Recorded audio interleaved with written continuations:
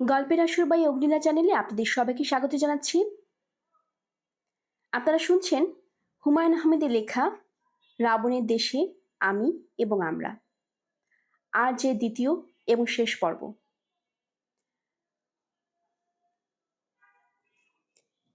King Sulaiman এবং সেবার রানীর গল্প তো সবাই জানে। আরেকবার বলি, জানা বিষয় নতুন করে জানার আনন্দ আছে, অনেকটা শোনা গান আবার শোনার মতো। কিং সুলাইমান সিংহাসনে বসে আছেন, তার সঙ্গে দেখা করতে এসেছেন সেবার রানী বিলকিস। রানী রাজদরবারে ঢুকলেন। সুলাইমানের সিংহাসন অনেকটা দূরে, রানীকে কিছু দূর হেঁটে যেতে হবে। রানী ক্ষণিকের জন্য বিভ্রান্ত হলেন। মেঝে স্ফটিক দিয়ে এমন করে বানানো যে রানীর মনে হলো পানি, তাকে যেতে হবে পানির উপর দিয়ে। নিজের অজান্তেই তিনি তার গায়ের কাপড় খানিকটা উঁচুতে তুললেন, যাতে পানি লেগে ভিজে না যায়। সিংহাসন থেকে সুলাইমান অবাক হয়ে দেখলেন এই পৃথিবীর অতি রূপবতী এক তরুণীর পা ভর্তি পশুদের মতো লোম।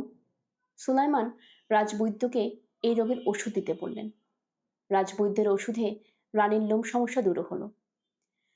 কৃতজ্ঞতায় আবদ্ধ হয়ে তিনি সুলাইমানকে বিয়ে করলেন। মিথ হচ্ছে সুলাইমান তার পোষা জিনদের কাছ থেকে রানী বিলকিসের ওষুধ নিয়েছিলেন। সুলাইমান নবপরিণীতা স্ত্রীকে খুশি করার ব্যবস্থা করলেন। 2টা জাহাজ পাঠালেন রত্নের দেশে। দেশের নাম শ্রীলঙ্কা। শ্রীলঙ্কাকে বলা হয় পৃথিবীর রত্ন ভাণ্ডার। ব্লু শেফায়ার বা নীলার মতো দামি পাথরে এই দেশ পূর্ণ। সবচেয়ে বেশি রত্ন যেখানে পাওয়া যায় তার নাম রত্নপুরা বা রত্নের নগর। চীনা ভাষায় দ্বীপটির নাম রত্নদ্বীপ। স্টার অফ ইন্ডিয়া নাম দিয়ে যে অপূর্ব নীলা পাথরটি নিউ ইয়র্কের মিউজিয়াম অব ন্যাচারাল হিস্ট্রিতে প্রদর্শিত হচ্ছে, সেটা নীলা পাথর। পাথরটির নাম রাখা উচিত ছিল স্টার অফ শ্রীলঙ্কা। ব্রিটিশ রাজমুকুটের 400 ক্যারেটের যে নীলা পাথরটি আছে, সেটাও শ্রীলঙ্কার। পদ্মরাগ মণি নীলা পাথরের আরেক সংস্করণ, রং কমলা ও গোলাপির মিশ্রণ। শুধুমাত্র শ্রীলঙ্কাতেই পাওয়া যায়, অন্য কোথাও না। নীলা ছাড়াও আরও যেসব পাথর শ্রীলঙ্কায় পাওয়া যায় তা হলো Ruby, aquamarine, topaz, garnet, moonstone, amethyst, cat's eye. মূল পর্যটক ইবনে বতুতা শ্রীলঙ্কায় এসেছিলেন। তিনি তার ভ্রমণ বৃত্তান্তে মুরগির ডিমের চেয়েও বড় রুবি দিয়ে হাতির মাথা সাজানো হতো বলে উল্লেখ করেছেন। চাইনিজ পর্যটক ফা হিয়েন শ্রীলঙ্কায় একটি রুবি দেখেছিলেন, যা মানুষের বাহুর মতো লম্বা এবং 1 বিঘত চওড়া। রুবিটি দেখে তার মনে হয়েছে যেন পাথরটিতে আগুন জ্বলছে। মার্কো পলো মনে হয় এই রুবিটির প্রতি ইঙ্গিত করেছেন। রত্ন আহরণের পদ্ধতি অত্যন্ত সহজ। নদীর কাদাবালি মেশানো পানি এবং নদীর তলদেশে মাটির ঝুড়িতে নেওয়া হয়। ঝুড়ির নিচটা চালানির মতো। এই ঝুড়ি পানিতে ধুয়ে ধুয়ে কাদামাটি এবং ময়লা দূর করা হয়। ভাগ্য ভালো হলে রত্ন পাওয়া যায়। আমি মনে করি বাংলাদেশের শঙ্খ নদীতে এইভাবে রত্নের অনুসন্ধান করা যেতে পারে। শঙ্খ নদী পাহাড় পর্বত কেটে সমুদ্রের দিকে আছে। পাহাড় পর্বতে আটকে থাকা মণিমুক্তা শঙ্খ নদী বিয়ে নিচে নামার কথা। আমাদের পাশের দেশ বার্মা যদি রুবিতে ভর্তি থাকে, আমরা দোষ করেছি কি? বার্মার মাটি, শ্রীলঙ্কার মাটি আমাদের দেশের মতোই পরিঘটিত। পার্বত্য চট্টগ্রামের পাহাড়গুলো শ্রীলঙ্কার চেয়ে উঁচু। বাংলাদেশে যে রত্নের অনুসন্ধান করা যেতে পারে তা মনে হয় কারো মাথায় আসেনি। শ্রীলঙ্কার মণিমুক্তা সম্পর্কে বিতং করে লেখার একটি ব্যক্তিগত কারণ আছে। আমার একসময় শখ ছিল রত্ন সংগ্রহ করা। পৃথিবীর যেখানেই গিয়েছি রত্ন কেনার চেষ্টা করেছি, কখনো পেরেছি, কখনো অর্থের অভাবে পারিনি। আমার সংগ্রহের রত্নে শ্রীলঙ্কার দুর্লভ পদ্মরাগ মণি আছে। আমার পাথর সংগ্রহের নেশা যখন তুঙ্গে, তখন 2টি দেশে খুব যেতে ইচ্ছে করত। একটি শ্রীলঙ্কা, অন্যটি বার্মা। বার্মায় পাওয়া যায় খাঁটি রুবি, রুবি নীলা এবং পদ্মরাগ মণির মতোই দামি। 2টি দেশের কোনোটাতেই পা যাওয়া হয়নি, কারণ বার্মায় সামরিক জান্তা, আসল মগের মুল্লুক, আর শ্রীলঙ্কায় চলছে গৃহযুদ্ধ। দুঃখের ব্যাপার হচ্ছে শ্রীলঙ্কায় যখন এসেছি তখন আমার রত্ন সংগ্রহ রোগ সেরে গেছে। অল্প বয়সে ছেলেমেয়েরা স্ট্যাম্প কালেক্ট করে খাতা ভরিয়ে ফেলে, একসময় তাদেরই ব্যাধে সেরে যায়, খাতাও হারিয়ে যায়। কয়েন কালেক্টরদের একই অবস্থা। অনেক ঝামেলা করে সংগ্রহ করা মুদ্রা একসময় যেখানে সেখানে পড়ে থাকে। আমি রত্ন সংগ্রহ করছি, 30 বছর ধরে, সবই বকশিবান্ধব। কাউকে মুগ্ধ এবং বিস্মিত করতে চাইলে বাক্স খুলি। আজ আমি শ্রীলঙ্কায় রাস্তায়, কিছু দূর পরপরই জেমসের দোকান। একবারও দোকানে ঢুকতে ইচ্ছে করলো না। শাওন বলল, রত্নের দেশে এসে রত্ন কিনবে না? আমি বললাম, আনা রাজুলুন মিসকিন। শাওন বলল, এর মানে কি? আমি বললাম, এর অর্থ আমি একজন মিসকিন। মিসকিনের রত্নরোগ সাজে না, কাজেই রত্ন কেনা হবে না। শাওন বলল, আমি টাকা দিচ্ছি, তুমি তোমার পছন্দের একটা রত্ন কিনে আনো। আমি রত্নের দোকানে ঢুকলাম না, কাঠের মূর্তির দোকানে ঢুকে একটি বুদ্ধ মূর্তি কিনলাম। নাজমা ভাবি মহা বিরক্ত হলেন, ভ্রু কুচকে বললেন, এত দাম দিয়ে বুদ্ধের মূর্তি কিনেছেন, আপনি কি বৌদ্ধ ধর্ম গ্রহণ করবেন? আমি হ্যাঁ সূচক মাথা নাড়লাম। শ্রীলঙ্কায় হ্যাঁ সূচক মাথা নাড়ার অর্থ না। ভাবি তা বুঝলেন না। তিনি স্বামীর কাছে নালিশ করলেন, হুমায়ুন ভাই বৌদ্ধ ধর্ম নেবেন? ছি ছি, কি কাণ্ড! লেখক হলে যা ইচ্ছা তাই করা যায়। আমি নাজমা ভাবির সঙ্গে ঝামেলায় গেলাম না। গৌতম বুদ্ধের মতো মৌনভাব ধারণ করলাম। রাতে ঘুমোতে যাব, হঠাৎ দেখি আমার বালিশের ওপর চমৎকার একটি মুনস্টোন। চন্দ্রের আলোর মতো হালকা আলো বের হচ্ছে। মুনস্টোনের সঙ্গে একটি চিঠি। শাওন লিখেছে, তুমি বদলে যাচ্ছ কেন? একসময় পাগলের মতো জেমস খুঁজে বেড়াতে, আজ ফিরেও তাকাচ্ছ না। বদলে যাওয়া হুমায়ুন আহমেদ আমি দেখতে চাই না। আমি চাই তুমি কখনো বদলাবে না। আমি শাওনকে বললাম, চলো দুজন হাত ধরাধরি করে সমুদ্রের পাশ থেকে ঘুরে আসি। শাওন বলল, নিশাদ নিনিত? ওরা ঘুমাচ্ছে। নাজমা হামিকে বলো ওদের দিকে নজর রাখতে। বেশিক্ষণ তো আর বাইরে থাকবো না, বেশি হলে 15 মিনিট। নাজমা ভাবি সব শুনে বললেন, পোলাপানে ক্যাও ম্যাও আমার ভালো লাগে না, এরা দুজন একসঙ্গে কাঁদে, আমি পারবো না। বলেই তিনি নিজের ঘরে ঢুকে বেশ শব্দ করে দরজা বন্ধ করলেন। শাওন বলল, প্রথম রাতে গান শুনতে চেয়েছিলে, এখন কি গাইব? আমি বললাম, হ্যাঁ। শাওন গাইছে, আমি দুই পুত্রের মুখের দিকে তাকিয়ে তার গান শুনছি। মুখ পানে চেয়ে দেখি ভয় ভয় মনে, ফিরেছ কি ফিরো নাই বুঝিব কেমনে। পুনশ্চ শ্রীলঙ্কার সবচেয়ে সুন্দর বুদ্ধমূর্তির নাম আউকানা। 13 মিটার উঁচু গৌতম বুদ্ধ দাঁড়িয়ে আছেন। এই নামের অর্থ সূর্য খাদক, ডেভরিয়ার অফ দ্য সান। অনুরাধাপুরের নিপৃত ধাতু সেনার নির্দেশে এটি বানানো হয়। এই মূর্তিটি সবচেয়ে সুন্দর দেখায় সূর্যোদয়ের মুহূর্তে। বুদ্ধের মূর্তি বসার ভঙ্গি এবং হাতে মুদ্রার অর্থ আছে। এই থেকে বলে দেওয়া যায় তিনি জেগে আছেন না সমাধিতে চলে গেছেন। আমার কাঠে কেনা মূর্তিটির ভঙ্গি জাগ্রত। মূর্তি বিষয়ক শেষ কথাটা বলি। পুত্র নিশাদ দেশে ফিরে সবাইকে বলছে, আমার শ্রীলঙ্কার আল্লাহকে কিনে এনেছি। নর্থ ডেকোটা স্টেট ইউনিভার্সিটিতে পিএইচডি করতে গিয়ে একজন শ্রীলঙ্কান তামিল ছাত্রীর সঙ্গে আমার পরিচয় হলো। সেও পিএইচডি করতে এসেছে। তার নাম রত্ন সভাপতি সুরিয়ার কুমারন। আমেরিকানরা এই নাম ছোট করে ডাকে সুরি, আমিও ডাকি সুরি। সুরি অতি ভদ্র, অতি লাজুক ছেলে। ভাত না খেলে তার পেট ভরে না বলে আমার এখানে মাঝে মাঝে ভাত খেতে আসে। আমি তাকে বললাম, বিয়ে করে বউ নিয়ে আসো, প্রবাস জীবন তখন সহনীয় হবে। সে বলল, আমার পক্ষে বিয়ে করা এখন কঠিন, আমার বাবা মা দরিদ্র, বিয়ে করলে তাদের ছেড়ে আমার শ্বশুরবাড়ি চলে যেতে হবে, আমার রোজগারের টাকা শ্বশুর শাশুড়ির হাতে তুলে দিতে হবে। আমি বললাম, সব ছেলেকে কি বিয়ের পর শ্বশুরবাড়ি চলে যেতে হয়? সুরি বলল, হ্যাঁ, এটাই আমাদের দেশের নিয়ম। আমি বললাম, বাংলাদেশেও যে কিছু ছেলে বিয়ের পর শ্বশুরবাড়ি গিয়ে ওঠে তা না, তাদের বলা হয় ঘর জামাই। ঘর জামাইদের আমরা ছোট চোখে দেখি, তাদেরকে অমেরুদণ্ডী প্রাণী ভাবা হয়। শ্রীলঙ্কার অনেক পারিবারিক গল্প আমি সুরির কাছে শুনেছি। এখন মনে পড়ছে না। আমেরিকার প্রবাস জীবনে আমি একটা উপন্যাস শুরু করি। উপন্যাসটি প্রকাশ করি দেশে ফিরে। নাম সবাই গেছে বনে। এই উপন্যাসটি উৎসর্গ করা হয় রত্ন সভাপতি সুরিয়া কুমারনের নামে। শ্রীলঙ্কায় পা দেওয়ার পর থেকেই আমার এই বন্ধুটির কথা মনে পড়ছিল। শাওনকে বলতেই সে ইন্টারনেট খুলে বসে গেল। ফেসবুক থেকে বের করে ফেলবে, বের করতে পারল না। সুরি বলেছিল, আমার রূপবতী একটি মেয়ে বিয়ে করার শখ, কিন্তু আমাদের দেশে রূপবতী মেয়ে নেই। সুরির কথা সত্যি বলেই মনে হচ্ছে। রাস্তাঘাটে যেসব তরুণী দেখছি তাদের চেহারায় আকর্ষণীয় কিছু নেই। এরা কেউ সাজগোজও মনে হয় করে না। ঝলমলে পোশাকের বদলে মলিন পোশাক পরে বের হয়েছে। সবাই কেমন মন খারাপ করে হাঁটছে, কিংবা কে জানে এদের মুখের গঠনই বিষণ্ণ। শ্রীলঙ্কার প্রিয় বাহন মোটরসাইকেল। ওরা বলে ভটভটিয়া। ছেলে মেয়ে সবাই ভটভটিয়া চালায়। রাস্তায় পাশের বাড়ি ঘরে বাগানে যেসব ফল হয় তা টেবিলে সাজিয়ে রাখা হয়, কেউ যদি কেনে। প্রতিটি বাড়ির সামনেই একটা টেবিল। ফলের মধ্যে আছে কলা, তামা রঙের ডাব এবং আম। আমের গন্ধ চমৎকার, তবে আমাদের দেশে আমের মতো মিষ্টি না।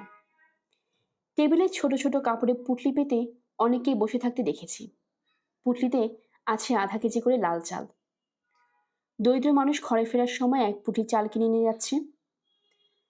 গ্রাম্য কিছু বাজার দেখলাম, আমাদের দেশের গ্রাম বাজারের মতোই, তবে প্রচুর শুটকি মাছের দোকান দেখলাম।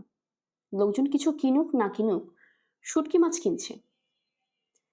নারকেল শ্রীলঙ্কাদের অস্তিত্বের সঙ্গে জড়িত। নারকেল তেল ছাড়া তারা কোনো খাবার রান্না করে না। কারিতে নারকেল তেল ছাড়াও গুঁড়া শুটকি মাছ ব্যবহার করা হয়। এই গুঁড়া শুটকিকে তারা মশলার অংশ হিসেবে দেখে। আরব্য রজনীতে নারকেল তেলে রান্না করা খাবারের বর্ণনা আছে, যেখানে এইসব খাবার কুৎসিত এবং অপকারী বলা হয়েছে। শ্রীলঙ্কার পদ্ধতিতে নারকেল তেলে রান্না করা ভাজি এবং ডিমের কারি খেয়েছি। আমার কাছে যথেষ্টই সুস্বাদু মনে হয়েছে। তবে এরা রান্নায় প্রচুর গরম মশলা এবং লাল মরিচ ব্যবহার করে। গরম মশলা দেশে এই মশলা বেশি ব্যবহার হবেই। গরম মশলা এবং মরিচ আরও কম হলে আমাদের রুচির সঙ্গে মিলত। শ্রীলঙ্কার ডিমের কারি একটি রেসিপি দিয়ে দিলাম। রান্নাবান্নায় আগ্রহী পাঠক পাঠিকেরা রান্না করে খেয়ে দেখতে পারেন।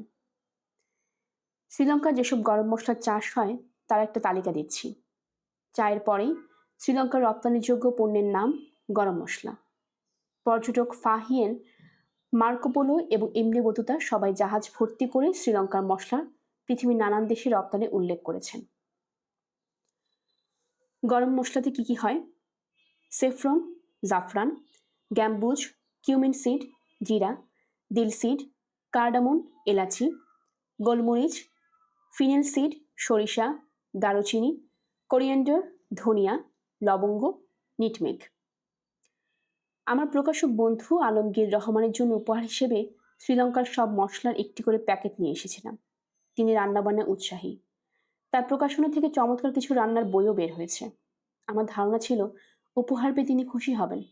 উল্টা বিরক্ত হয়ে বললেন, সব মশলা বাংলাদেশে পাওয়া যায়, আপনি শ্রীলঙ্কা থেকে আনবেন মুখোশ, গরম মশলা কেন? মশলার সব প্যাকেট আমার ঘরে পড়ে আছে। তিনি ফেরত দিয়ে গেছেন। ডিমের সালুন। এই রান্নার ডিমের কারি খেয়ে বাবুর্চির কাছ থেকে রেসিপি নিয়েছি।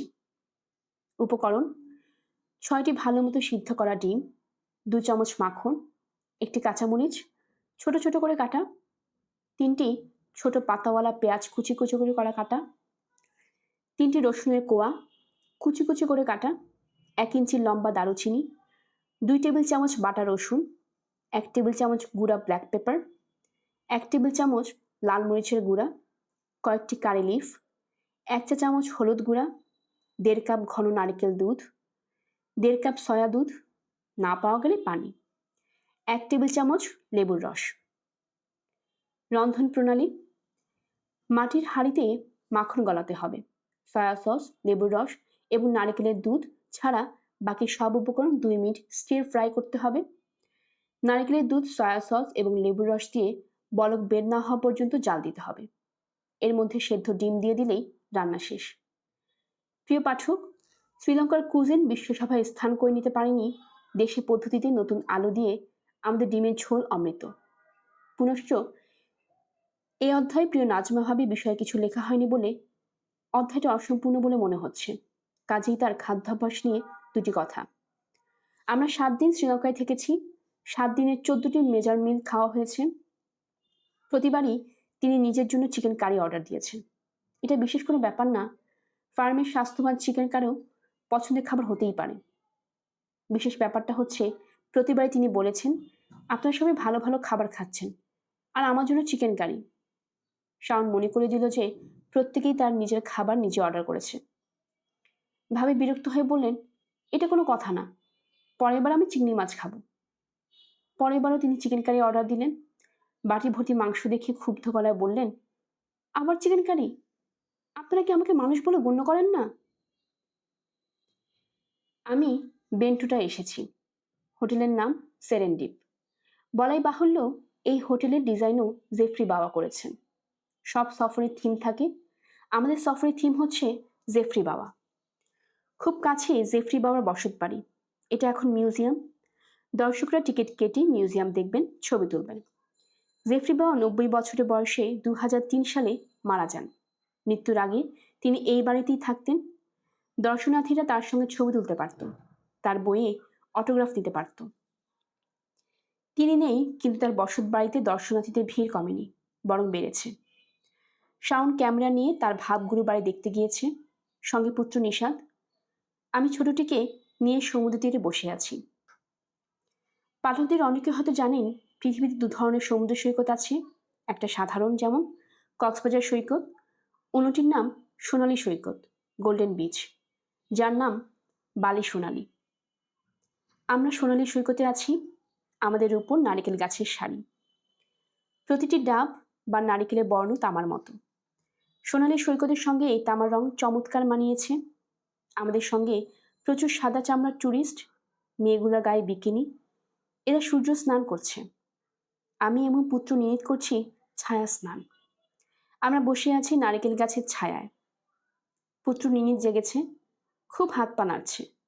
তার সঙ্গে কিছুক্ষণ একতরফা গল্প করলাম, যেমন আমি, সমুদ্র কেমন লাগছে বাবা? নিনিত, পা দিয়ে ঝাঁকি, অর্থ সম্ভবত আমি তো সমুদ্রে নামিনি, কি করে বলবো?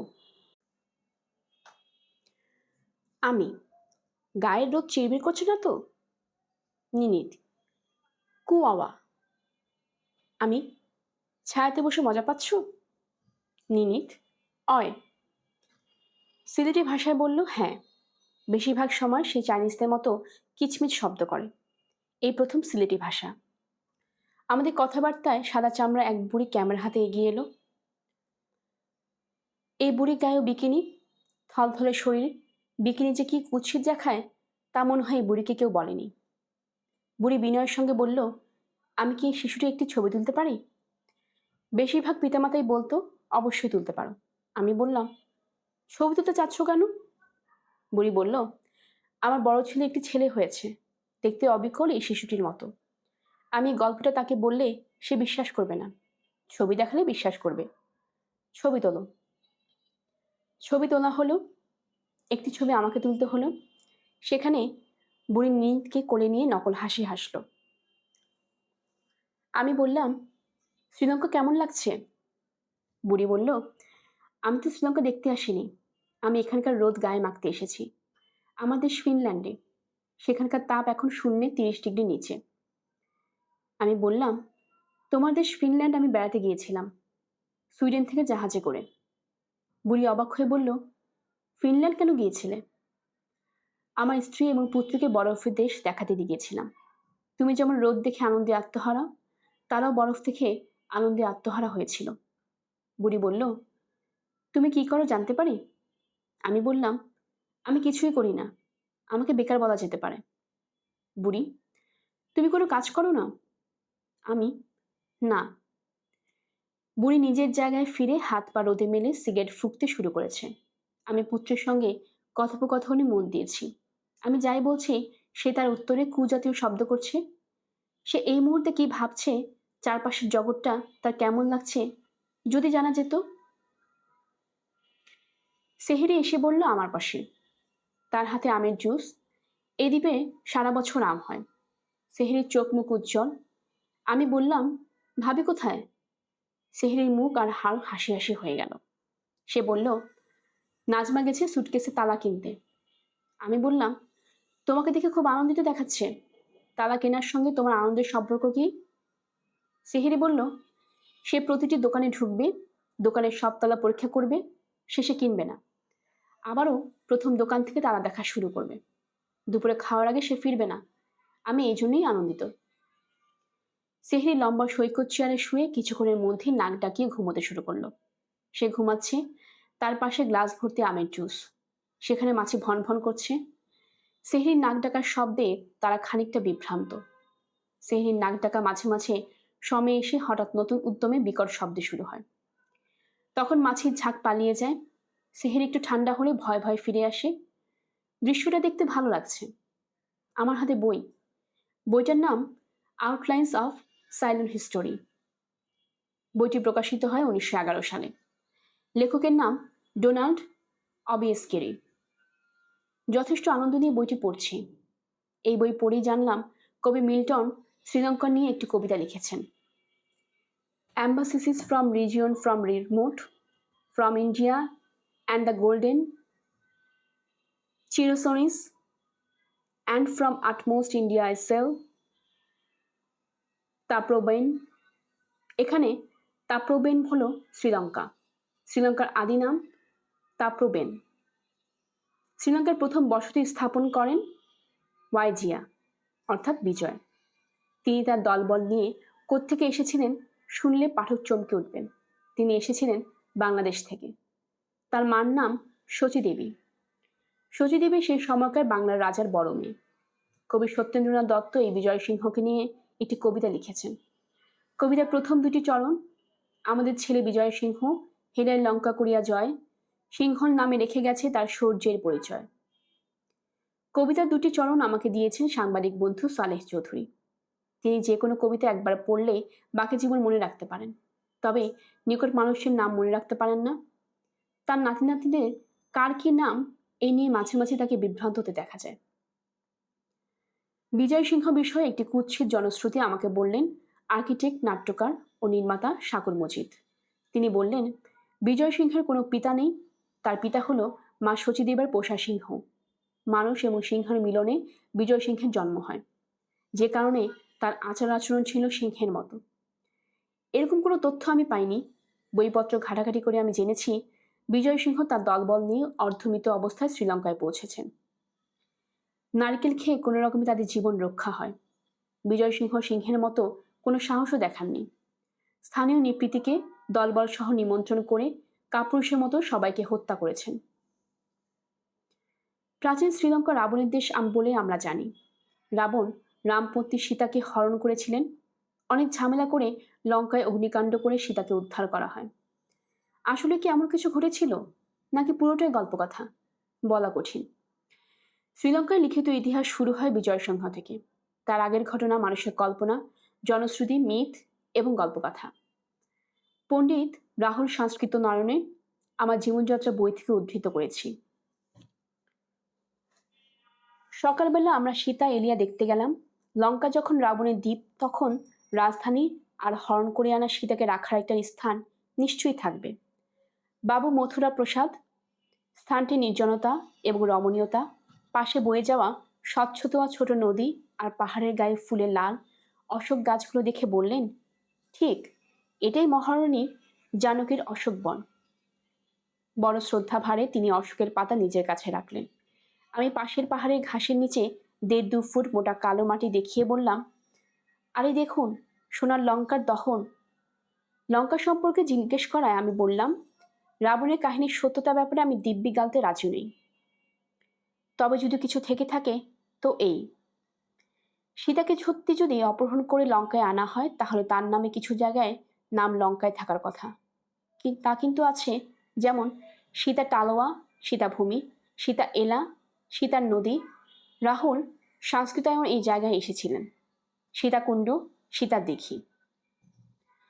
বাল্মীকির রামায়ণ এবং ক্ষুব্ধ পুরাণ দুটি গ্রন্থই শ্রীলঙ্কাকে বিশাল মহাদেশ বলে উল্লেখ করেছে।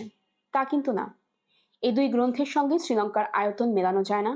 তবে বলা হয়ে থাকে শ্রীলঙ্কার বড় অংশই সমুদ্রে তলিয়ে গেছে। আগে মালদ্বীপ শ্রীলঙ্কার সঙ্গে যুক্ত ছিল। রাবণ সীতার রহস্য কোনো একদিন দূর হবে, এই আশায় রইলাম। ইতিহাস চিন্তায় বিঘ্ন ঘটল। নিনিত জেগে উঠেছে, সে দুধ খাবে। একই সঙ্গে তার কান্না থামানো এবং তার জন্য দুধ বানানো দুরূহ কর্ম। ফিনল্যান্ডের মহিলা এগিয়ে এলেন। আমি তার কোলে নিনিতকে দিয়ে নিনিতের জন্য দুধ বানাতে বানাতে বললাম, তুমি আমার বাচ্চাটি এত ছবি তুললে, এখন তার কান্না সামলাচ্ছ, একবার তো জিজ্ঞেস করলে না বাচ্চাটির নাম কি? মহিলা বিব্রত গলায় বললেন, এর নাম কি? আমি বললাম, এর নাম নিনিত। নামের অর্থ গ্রেস অফ গড। অবাক হয়ে দেখলাম মহিলার মুখ পাংশুবর্ণ হয়ে গেল। সে বিড়বিড় করে বলল, এর নাম নিনিত? আমি বললাম, হ্যাঁ। ততক্ষণে নিনিতের মুখে দ্বিধের ফিটার দেওয়া হয়েছে। সে কান্না থামিয়েছে। ফিনল্যান্ডের মহিলা অবাক বিস্ময়ে তাকিয়ে আছেন। এমন কি হতে পারে যে তার নাতিটির নামও নিনিত? রহস্যময় প্রকৃতির মানুষকে নিয়ে নানান খেলা খেলে। এখানেও কি কোনো খেলা খেলছে? আমি মহিলাকে কিছু জিজ্ঞাসা করলাম না। সব রহস্য ভাঙতে হয় না। পুনশ্চ 1, শাহন গুরুগৃহ দর্শন করে ফিরেছে। তার চোখ মুখ আনন্দে উজ্জ্বল। জেফরি বাবা যে চামড়ার চেয়ারে বসতেন সেখানে সে নিশাদকে বসিয়ে ছবি তুলেছে।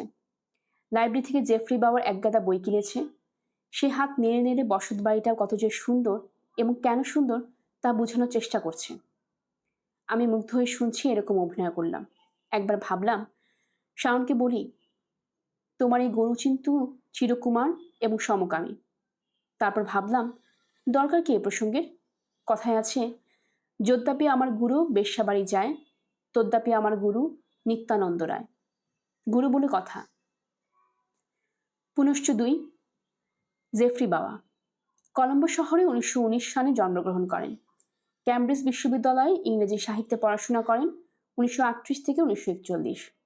লন্ডনে আইনে পড়েন। ব্যারিস্টার হয়ে দেশে ফিরেন। আইন ব্যবসা শুরু করেন। হাতে কিছু টাকা পয়সা আসতেই লুনুগঙ্গায় তিনি পরিত্যক্ত একটি রাবার বাগান কিনে নেন। রাবার বাগানে ঘর বাড়ি তুলতে থাকেন নিজের মতো করে। এই হলো তার আর্কিটেক্ট জীবনের শুরু। আশ্চর্যের ব্যাপার হচ্ছে, স্থাপত্যবিদ্যায় তার কোনো পুঁথিগত পড়াশোনা নেই।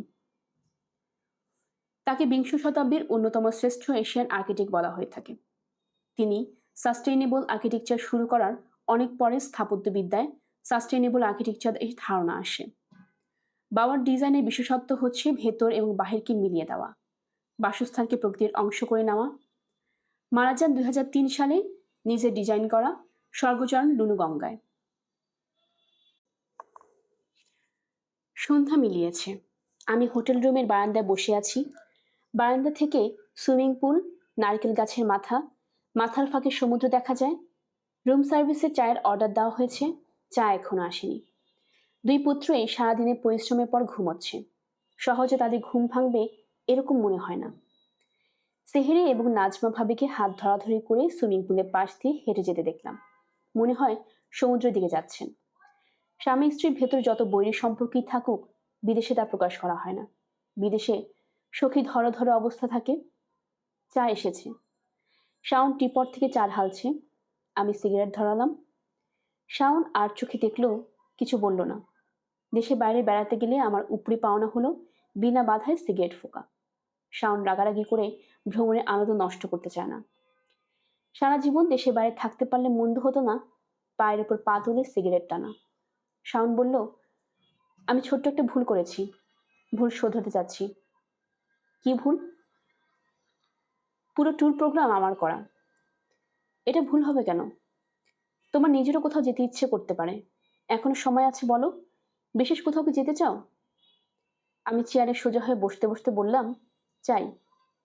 কোথায় যেতে চাও? লিনামা মাউন্টেন। সেটা কোথায়? পূর্ব শ্রীলঙ্কায়। জায়গাটার নাম পানামা পাটু। ঘন জঙ্গলে ঢাকা একটা জায়গা।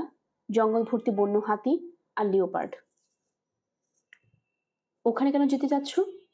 ঘটনা আছে। ঘটনা আগে বলো, আমার ইন্টেন্টে বসি। ড্রাইভার দিঘার সঙ্গে কথা বলে দেখি কিভাবে যাওয়া যায়।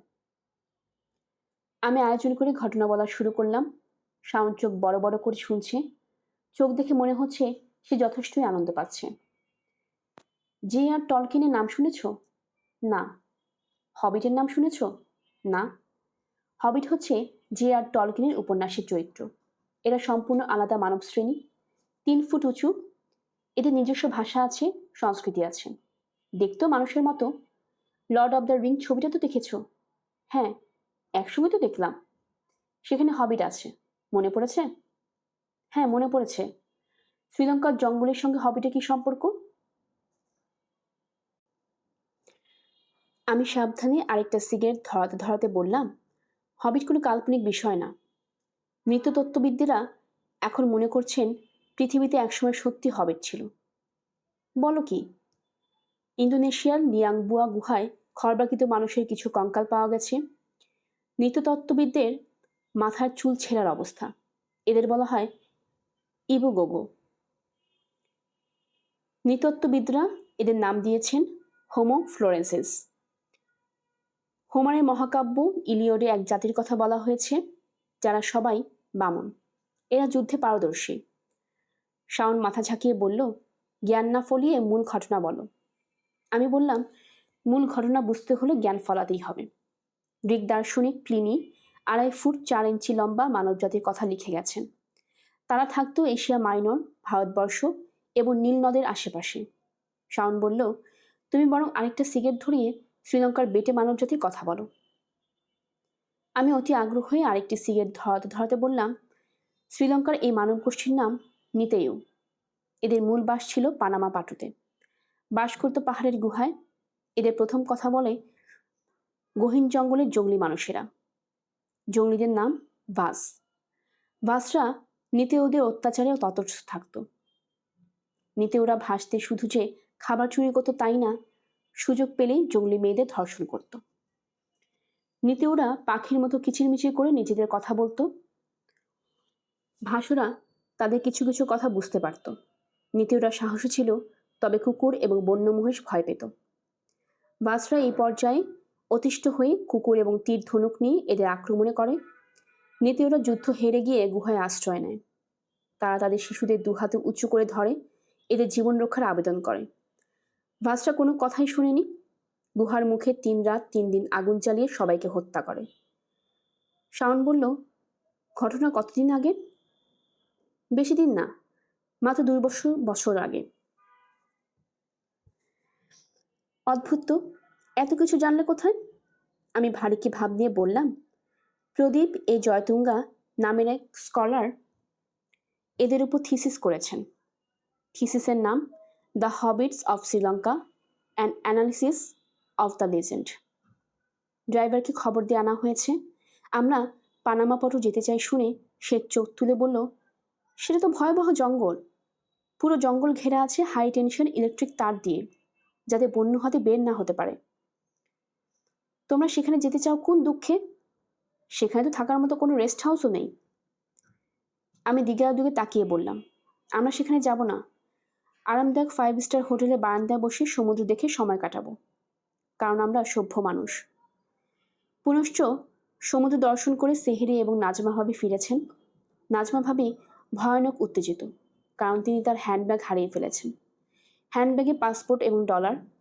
নাজমা ভাবিকে মনে হচ্ছে এক্ষুনি তার হার্ট অ্যাটাক হবে। আমি বললাম, আপনারা কি হোটেলের রেস্টুরেন্টে চা খান্সতা খেয়েছেন? সেখানে ব্যাগ ফেলে আসতে পারেন। নাজমা ভাবি উল্কার মতো রেস্টুরেন্টের দিকে ছুটে গেলেন। সেহেরি হাসি মুখে বলল, খুঁজে মুরুক, একটা শিক্ষা হোক। শাওন বলল, বিদেশে পাসপোর্ট ডলার হারানো তো ভয়ঙ্কর ব্যাপার। সেহেরি ভাই, আপনি তো নিশ্চিন্ত কেন? সেহেরি মুচকি হেসে বলল, ব্যাগ আমি লুকিয়ে রেখেছি, উচিত শিক্ষা। আমরা অনুরাধাপুর মৃত নগরী গেটে দাঁড়িয়ে আছি। শাওনকে অত্যন্ত বিব্রত এবং লজ্জিত দেখাচ্ছে। সে যতটা বিব্রত, নাজমা ভাবি ততটাই আনন্দিত। ঘটনা হলো, অনুরাধাপুর মৃত নগরীতে ঢুকতে চড়া দামে টিকিট কাটতে হয়। সার্ক দেশের নাগরিকরা পাসপোর্টে দেখালে অর্ধেক দামে টিকিট পায়। শাওন আমাদের পাসপোর্ট আনতে ভুলে গেছে। নাজমা ভাবি তার এবং সেহেরির পাসপোর্ট এনেছেন। তারা অর্ধেক দামে টিকিট কাটতে পারবেন, আমাদের দিতে হবে ডাবল দাম। নাজমা ভাবি আমাদের শুনিয়ে শুনিয়ে নিজের মনে গজগজ করছেন। দেশ বিদেশ ঘুরলেই হয় না, নিয়মকানুন জানা লাগে। বিদেশের মাটিতে পাসপোর্ট হলো কলিজার মতো। কলিজা সবসময় থাকা লাগে, কলিজা হোটেলে ফেলে আসতে হয় না। ড্রাইভার দিঘায় অনেক চেষ্টা করলো সার্ক টিকিটে আমাদের ঢোকাতে। শেষমেশ সন্দেহজনক চেহারা একজনকে নিয়ে এলো। সে গলা নামিয়ে বলল, বিনা টিকিটেই সে সবাইকে ঢুকিয়ে দেবে, বিনিময়ে সে সার্ক দেশে হিসেবে টাকা নেবে। সেহেরি আনন্দিত গলায় বলল, প্রবলেম সলভড। আমরা তোমাকে এখন টাকা দেব না, সব দেখা শেষ হওয়ার পর টাকা পাবে। ওই লোক বলল, অসুবিধা নেই, আমি অবাক হয়ে মেহেদি রঙে রাঙানো ধবধবে সাদা বাড়ির সুফি সাধকদের চেহারা সেহরির দিকে তাকিয়ে রইলাম। আমি বললাম, সেহরি, এই লোক ঘুষ খেতে চাচ্ছে, আমি তাকে ঘুষ দেব? সেহরি বলল, যে টাকাটা আমরা খরচ করতাম সেই টাকাই তো তাকে দিচ্ছি, আমাদের দিক থেকে আমরা ক্লিয়ার। আমি শাওনের দিকে তাকালাম। সে কিছু বলছে না। এর অর্থ সেহরির যুক্তি সে মেনে নিচ্ছে। আমি বললাম, টাকা বাঁচানোর জন্য ভুল যুক্তিতে আমি যাব না। লোকটা তার দেশকে ফাঁকি দিতে চাচ্ছে, সেই সুযোগ তাকে দেব না। আমি একজন লেখক, একজন লেখক কখনো এ ধরনের কাজ করেন না। টিকিট কাটা হলো। আমি একজন গাইড নিলাম, তাকে 2000 টাকা দিতে হবে। সে মৃত নগরীর সব বিষয় আমাদের বোঝাবে। গাইড কতটুকু জানে তা বোঝার জন্য আমি বললাম, সংঘমিত্রাকে? গাইড বলল, ভারত সম্রাট অশোকের একমাত্র মেয়ে, তিনি অনুরাধাপুর এসেছিলেন। মহেন্দ্রকে? ইনি সম্রাট অশোকের একমাত্র পুত্র, বৌদ্ধ ধর্ম প্রচারের জন্য ইনিও অনুরাধাপুর এসেছিলেন। বোঝা গেল গাইড ভালো জানে। আমি বললাম, তুমি নিজ থেকে বকবক করবে না, তোমাকে আমরা কেউ যখন কিছু জিজ্ঞেস করব তখনই জবাব দিবে। গাইড না সূচক মাথা নাড়ল। এর অর্থ হ্যাঁ। ভিসুভিয়াস আগ্নেয়গিরির লাভায় ঢাকা পড়ে সমৃদ্ধশালী পশপি নগরীর মৃত্যু নগরীতে পরিণত হয়েছিল। অনুরাধাপুর মৃত নগরী হয়েছে কালের লাভায় চাপা পড়ে। অসংখ্য ট্যুরিস্ট বিস্ময় নিয়ে মৃত নগরী দেখছে। সব দলের সঙ্গে একজন গাইডের মুখস্থ পড়া বলার মতো করে অনুরাধাপুরের ইতিহাস বলছে। আমি ট্যুরিস্টদের 3 ভাগ করে ফেললাম।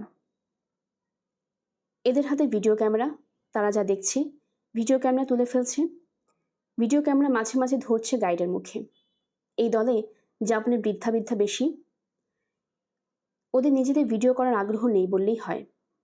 এদের হাতে ছোট স্টিল ক্যামেরা, এরাও যা দেখছে তারা ছবি তুলছে। নিজেরা দর্শনীয় জায়গার সামনে দাঁড়িয়ে ছবির জন্য পোজ দিচ্ছে। বেশিরভাগই ইউরোপের, মধ্যবয়স্ক এবং বৃদ্ধা। তৃতীয় দলের হাতে কোনো ক্যামেরা নেই, বয়স অল্প। এরা ক্যামেরার চোখ দিয়ে কিছু দেখছে না। এরা এসেছে জোড়ায় জোড়ায়, হাঁটছে একজন আরেকজনের কোমর জড়িয়ে। বেশিরভাগ আমেরিকান, বয়স অল্প। গাইডের কথার প্রতি এদের কোনো মনোযোগ নেই। এদের কাছাকাছি গেলে তীব্র গাঁজার গন্ধ পাওয়া যায়। আমি দলবল নিয়ে একটা প্রাসাদের পর আরেকটা প্রাসাদে যাচ্ছি। কি বিপুল ঐশ্বর্য এবং সৌন্দর্য নিয়ে এইসব প্রাসাদ দাঁড়িয়েছিল, আজ ধ্বংসস্তূপ। পুত্র নিশাত অবাক হয়ে বলল, বাবা, আমরা ভাঙা বাড়ি দেখছি কেন? নাজমা ভাবি সঙ্গে সঙ্গে বললেন, হুমায়ুন ভাইয়ের এই ছেলেটা ট্যালেন্ট। ঠিকই বুঝেছে, ভাঙা ঘর বাড়ি দেখার কিছু নাই।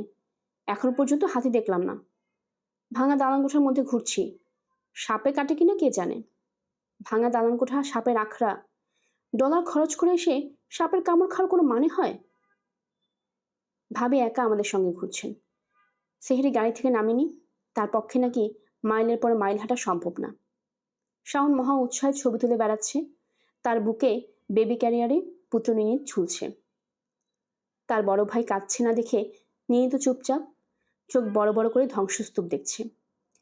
আমি নাজমা ভাবিকে বললাম, চলুন আপনার কিছু ডলার ওষুধের ব্যবস্থা করি, বোধিবৃক্ষ দেখে আসি। নাজমা ভাবি বললেন, বোধিবৃক্ষ আবার কি? যে বৃক্ষের নিচে সাধনা করে গৌতম বুদ্ধ নির্বাণ লাভ করেছিলেন। সেটা কি এই দেশে? না, তবে অশোককন্যা সংঘমিত্রা তার একটা ডাল এনে অনুরাধাপুরে লাগিয়েছিলেন। এই গাছটিকেও পবিত্র গণ্য করা হয়। অনেকে এই গাছের কাছে আসেন পুণ্য লাভের আশায়। আমরা মুসলমান, আমরা কেন পুণ্য পাবো? হয়তো পাবেন না, তারপরও ভুবন বিখ্যাত একটা বৃক্ষ দেখার আনন্দ তো পাবেন। বোধিবৃক্ষের সামনে দাঁড়িয়ে নাজমা ভাই বললেন, এটা তো একটা বট গাছ। বট গাছ তো কত দেখেছি। আমি বললাম, বট গাছ না, এটা অশ্বত্থ গাছ। ভাবি বললেন, অশ্বত্থ গাছ তো দেখেছি। আমি বললাম, শ্রীলঙ্কার অশ্বত্থ গাছ তো দেখেননি, বাংলাদেশে কত হাতি দেখেছেন, তারপরেও শ্রীলঙ্কার হাতি দেখার জন্য আপনি অস্থির। ভাবি বললেন, হুমায়ুন ভাই, আপনি আমাকে ভোলাচ্ছেন। আপনার মতলব আমি টের পাচ্ছি। আপনি আমাকে হাতি দেখাতে নেবেন না। তা হবে না, আমি কিন্তু হাতি দেখব। শ্রীলঙ্কায় এসে হাতি না দেখে গেলে আত্মীয় স্বজনের কাছে মুখ দেখাতে পারবো না। অনুরাধাপুরের ইতিহাস লিখে পাঠকদের বিরক্ত করছে কিনা বুঝতে পারছি না। ভ্রমণ কাহিনীর লেখকরা অনেকটা ট্যুরিস্ট গাইডের মতো। গাইডরা ট্যুরিস্টদের সুন্দর সুন্দর জায়গা নিয়ে বকর বকর করতে থাকেন। ভ্রমণ কাহিনীর লেখকরা পাঠকদের সুন্দর সুন্দর জায়গা নিয়ে লেখার মাধ্যমে বকর বকর করতে থাকেন। গাইডদের সঙ্গে তাদের তফাৎ হচ্ছে, গাইডদের ধমকদের থামানো যায়, লেখকদের যায় না। প্রিয় পাঠক, বেশি বিরক্ত করব না। অনুরাধাপুরের ইতিহাসের মজার অংশটা আমার কাছে খুবই অল্প কথায় বলবো। অনুরাধা নামটা শুনলেই মিষ্টি চেহারা একটি মেয়ের ছবি মনে আসে। অনুরাধা আসলে একজন অত্যন্ত বলশালী পুরুষের নাম। তার নামে যে নগরের প্রতিষ্ঠা, তাই হচ্ছে অনুরাধাপুর। 24 শতাব্দী বছর আগে প্রতিষ্ঠিত এই নগরী দর্শনার্থীদের এখনো বিমুগ্ধ করে যাচ্ছে। আমরা অবাক হয়ে ভাবছি, মানুষ তখনও এত ক্ষমতাধর ছিল। মৃত নগরী দেখার একটি বিশেষ পদ্ধতি আছে। নগরী কোনো নির্জন অংশে বেছে নিয়ে চোখ বন্ধ করে ধ্যান করতে হয়। তখন হঠাৎ মৃত নগরী জীবন ফিরে পায়।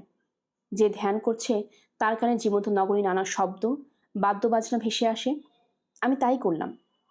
নির্জন একটা জায়গায় চোখ বন্ধ করে দাঁড়িয়ে আছি। তখন এক ইউরোপীয় ট্যুরিস্ট এগিয়ে এসে চিন্তিত গলায় বলল, এনি প্রবলেম ম্যান?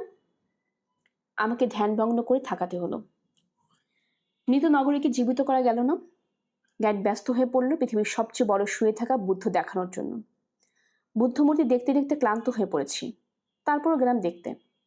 গাইড বলল, অনুরাধাপুরে গৌতম বুদ্ধের পবিত্র দাঁত ছিল, এখন আছে ক্যান্ডিতে।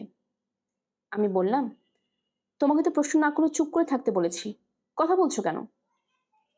গাইড বলল, না বলে তুমি তো জানতে না এখানে ওনার পবিত্র দাঁত ছিল।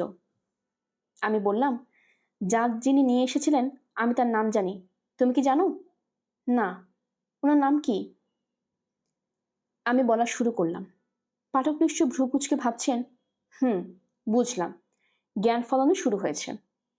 আমি জ্ঞান ফলানোর জন্য কিছু বলছি না। গাইডের কাছে জ্ঞান ফলানোর কিছু নেই।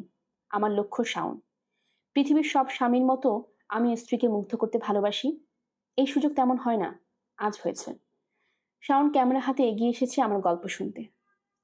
আমি ভাব নিয়ে বললাম, যীশুখ্রিস্টের জন্মের 540 বছর আগে বুদ্ধকে দাহ করা হয়। আগুন থেকে তার একটি দাঁত এবং কলার বোন রক্ষা পায়। কলিঙ্গ অর্থাৎ বর্তমান উড়িষ্যার রাজা এই দুটি সংগ্রহ করেন এবং গভীর যত্নে রক্ষা করতে থাকেন।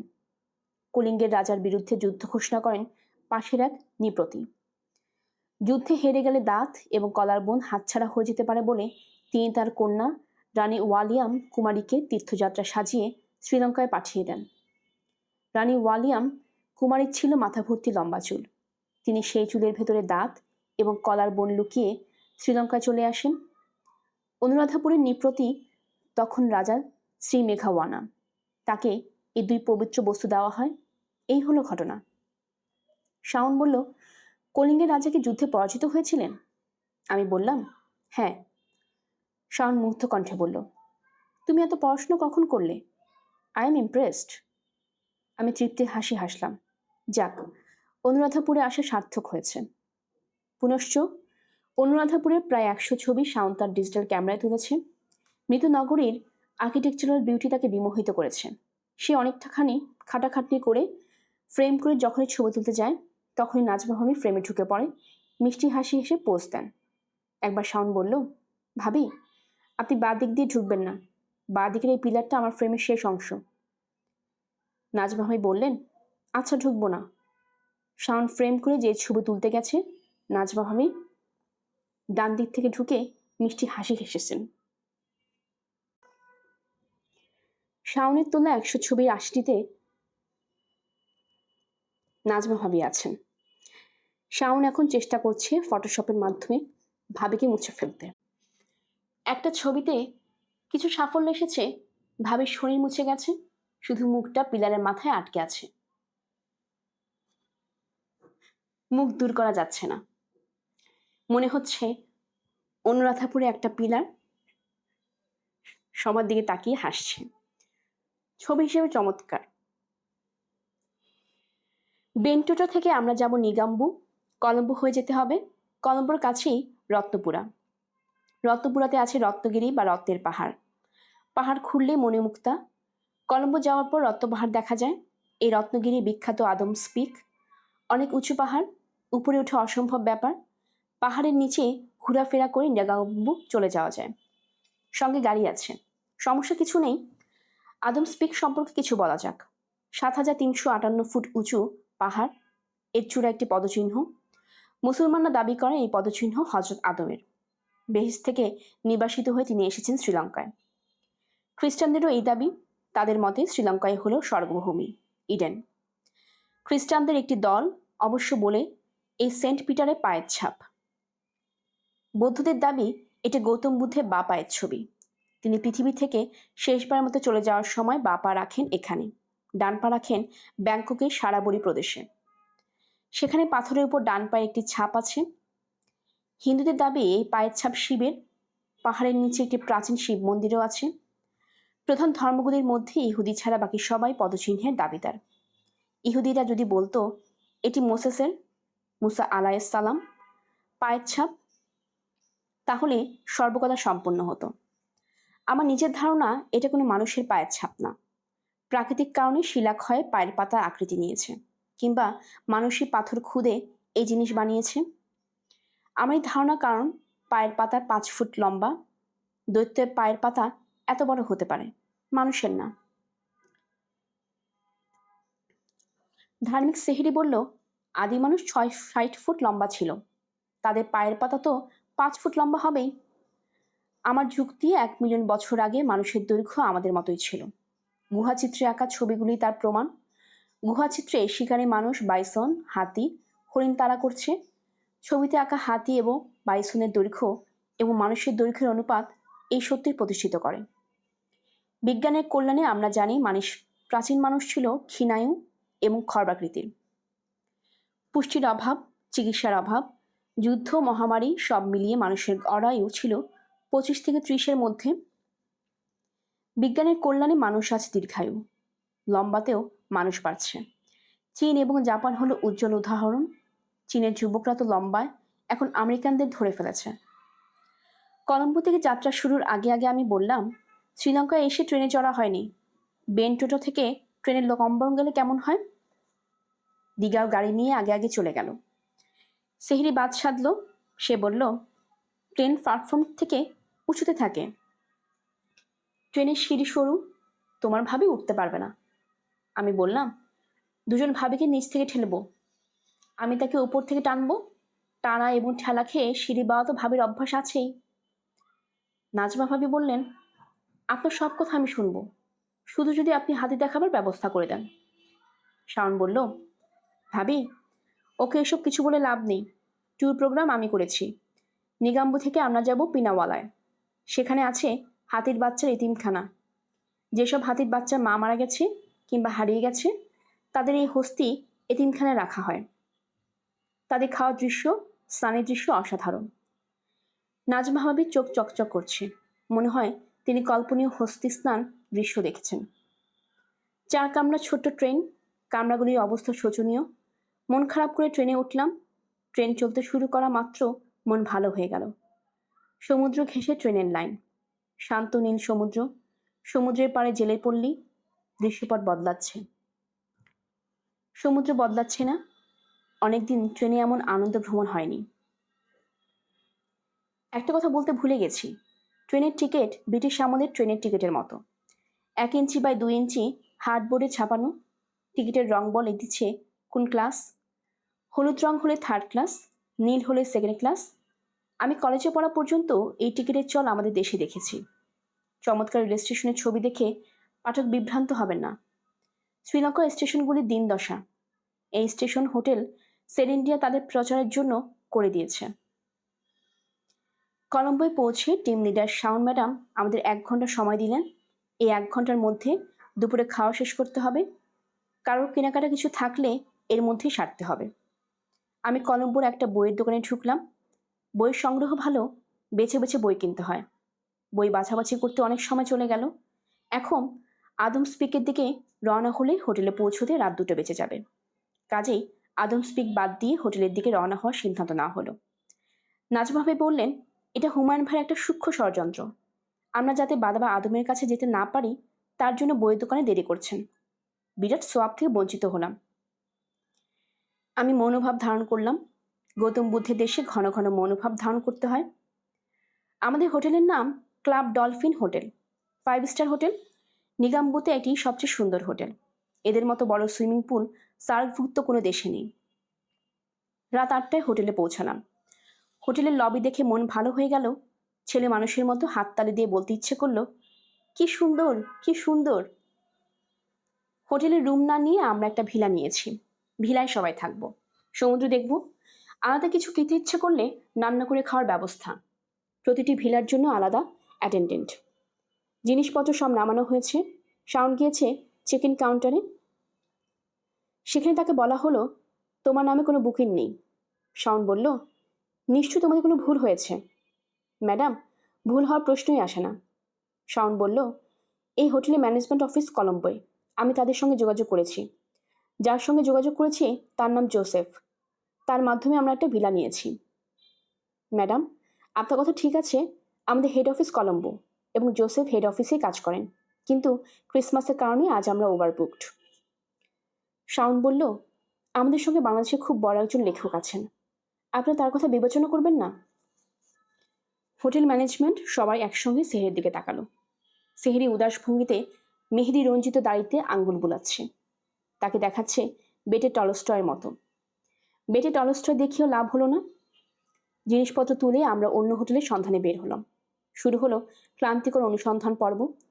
বিভিন্ন হোটেলের সামনে গাড়ি থামছে, আমরা গাড়িতে বসে আছি। ড্রাইভার দিগার সঙ্গে চিন্তিত মুখে শাওন নামছে আর চিন্তিত মুখ করে ফিরছে। এরকম চলতেই থাকলো। আমরা হোটেলের পর হোটেল দেখতেই থাকলাম। ক্রিসমাস সিজন, সব হোটেল ওভারবুকড। নাজম ভাবি বললেন, হুমায়ুন ভাই, যদি হোটেল না পাওয়া যায় তখন কি হবে? আমি বললাম, গাড়ি তো আছে, আমরা গাড়িতে থাকবো। বাথরুম করবো কোথায়? গাড়িতেই করবেন, তারপর নাকে রুমাল চাপা দিয়ে রাতটা পার করবেন। নাজমা ভাবি বললেন, আপনার সঙ্গে কোনো বিষয়ে কথা বলাই উচিত না। আমি হাই তুলতে তুলতে বললাম, কথা সত্য। রাত 12টায় প্যারাডাইস বিচ হোটেলের লবি থেকে শাওন ছুটতে ছুটতে গাড়ির কাছে এসে বলল, পাওয়া গেছে, পাওয়া গেছে। সে এখন আর্কিটেকচারে ব্যাচেলর ডিগ্রি পেয়েছিল, তখন মনে হয় এত আনন্দিত হয়নি। হোটেলের রুম পাওয়ার পেছনে ইউরোপের প্রবল তুষারপাতে বড় ভূমিকা আছে। সুইডিশ এক পরিবার 4টি রুম বুক করেছিলেন। তুষারপাতের কারণে তাদের ফ্লাইট বাতিল হওয়ায় তারা হোটেল বুকিং ক্যান্সেল করেছে। ঘটনা ঘটেছে শাওনের হোটেল লবিতে পা দেওয়ার 5 মিনিট আগে। হোটেলের লবি ম্যানেজার শাওনকে বলল, তুমি অত্যন্ত ভাগ্যবতী মেয়ে। সুইডিশ পরিবার বুকিং ক্যান্সেল না করলে তুমি কোথাও থাকার জায়গা পেতে না। শাওন হাসতে হাসতে বলল, আমি না, আমার স্বামী ভাগ্যবান। সে কখনো বিপদে পড়ে না। অন্যদের কথা জানি না, আমি হোটেলে খুবই আনন্দে ছিলাম। 2 দিন 2 রাত কাটিয়েছি। 2টি বই পড়ে শেষ করেছি। একটি জোনাথন লাইনস এর লেখা দ্য হাউস অফ উইজডম, অন্যটার নাম বিটুইন এটার্নিটিস, লেখক অসীম দেসাই। 2টি চমৎকার বই। নিগাম্বু এলাকার কক্সবাজারের মতো, অসংখ্য সুভিনিয়ারের দোকান, দাম নিয়ে মূলামূলি জায়েজ, গায়ে গা লাগা ভিড়। আমার শ্রীলঙ্কা ভ্রমণ এই হোটেলেই ইতি। এখান থেকে ঢাকার দিকে রওনা হব। বিদেশ যাত্রা শেষে দেশে ফেরার সময় সবসময় আমি আনন্দিত থাকি। আমার মনে হয় দেশ মা আমাকে অনেকদিন না দেখে মন খারাপ করে আছে। অভিমানী মার মন খারাপ ভাব দূর করতে হবে। তাড়াতাড়ি দেশের মাটিতে পা দিতে হবে। আমার জন্য শ্রীলঙ্কা ভ্রমণ ছিল আনন্দময় অভিজ্ঞতা। ভ্রমণের ব্যবস্থা করে দেওয়ার জন্য শাওনকে ধন্যবাদ। নাজমা ভাবির নানান কর্মকাণ্ডে আনন্দ পেয়েছি, তাকেও ধন্যবাদ। তিনি অবশ্য শেষ পর্যন্ত হাতির বাচ্চাদের স্নান দেখতে পাননি। আমি তাকে কথা দিয়েছি আরেকবার তাকে নিয়ে শুধুমাত্র হাতি দেখার জন্যই আসব। যেখানেই হাতি সেখানেই আমরা। ধন্যবাদ শ্রীলঙ্কার সহজ সরল মানুষদের। প্রকৃতিকে ধন্যবাদ দেওয়ার কিছু নেই। প্রকৃতি মানুষের ধন্যবাদের ধার ধারে না। তারপরেও পৃথিবীতে যিনি স্বর্গচরণ বানিয়েছেন তার প্রতি কৃতজ্ঞতা। বিজ্ঞান কল্পকাহিনীর মহান লেখক আর্থার সি ক্লার্ক কেন নিজ দেশ ফেলে সারা জীবন শ্রীলঙ্কায় কাটিয়েছেন তা এই দেশে পা না দিলে বুঝতে পারতাম না। আমার কথা ফুরালো, নটে গাছটি মুড়ালো, কেন যে নটে মুড়ালি ইত্যাদি। পুনশ্চ শ্রীলঙ্কার একটি লোককাহিনী দিয়ে দিলাম। অনুবাদ করেছেন বিপ্রদাস বড়ুয়া। প্রকাশ করেছে সাহিত্য প্রকাশ। বোকা রাজার গল্প।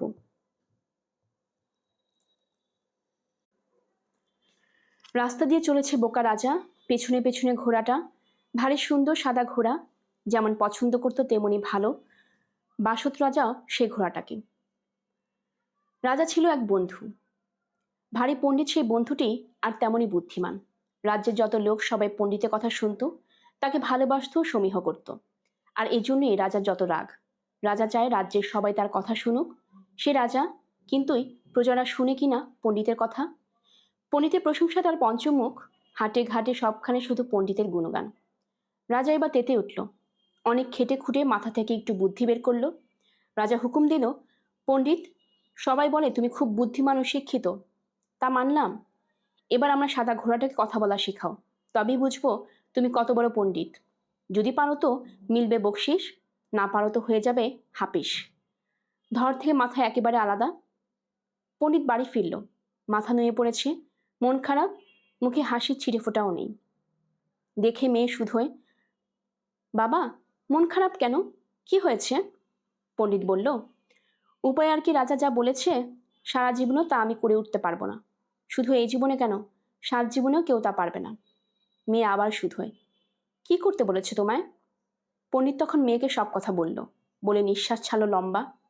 শুনে মেয়ে বলল, দুঃখ করো না বাবা, সকালে যাও রাজার কাছে, গিয়ে বলো, হ্যাঁ, আপনার ঘোড়াকে কথা বলা শেখাতে পারি, কিন্তু ঘোড়া তো মানুষ নয়, তাই সময় লাগবে অনেক দিন। অন্তত 7 বছরের জন্য ঘোড়াটা আমাকে দিন, তাহলে তাকে কথা বলা শেখাতে শুরু করতে পারি। কি বলছিস তুই মা, 7 বছর বা কি করে শেখাবো? 7 বছর পর রাজা আমাকে মেরে শেষ পর্যন্ত করে দিবে। বাবা, 7 বছর দীর্ঘ সময়, আর কেই বা বলতে পারে এর মধ্যে কি ঘটে যাবে। হয়তো রাজার সিংহাসনে উল্টে যেতে পারে, নয়তো রাজাই যেতে পারে এই পৃথিবী ছেড়ে। মেয়ের কথা পছন্দ হলো পণ্ডিতের। খেল দিল, ভালো ঘুম হলো রাতে। সকালে উঠে আস্তে আস্তে চলল রাজবাড়ির দিকে। পথের পাশে ফোটা ভুঁইচাপা ফুল দেখে তার ভালো লাগলো। তার পাশ দিয়ে একটা খঞ্জনা পাখি ছুটে গেল লেজ তুলিয়ে, তাকেও ভালো লাগলো। তারপর পণ্ডিত রাজবাড়িতে গিয়ে পৌঁছালো। দরবার তখনও বসেনি। পণ্ডিত অপেক্ষা করতে লাগলো। রাজা এলো দরবারে। মন্ত্রী, সেনাপতি, কোঠাল সবাই উঠে রাজার নামে জয়ধ্বনি দিল। সুখ পাখি বলে উঠল, পণ্ডিত এসেছে। পণ্ডিত বলল, হ্যাঁ, আমি এসেছি মহারাজ। আমি আপনার ঘোড়াকে কথা বলা শেখাতে রাজি, কিন্তু এজন্য আমাকে 7 বছর সময় দিতে হবে। রাজা হাসতে হাসতে বলল, দিলাম, নিয়ে যাও ঘোড়া, মনে রেখো, নয়তো যাবে গর্দান। পণ্ডিত ঘোড়াটাকে নানা কাজে খাটায়। ঘোড়ার কল্যাণে তার অবস্থা ভালো হয়ে গেল। আর পণ্ডিতের বুদ্ধিমতী মেয়ের কথাই ঠিক। 7 বছর শেষ না হতেই বোকা রাজার সিংহাসন গেল উল্টে। আর ঘোড়াটাও মরার আগ পর্যন্ত পণ্ডিতের কাছে ছিল।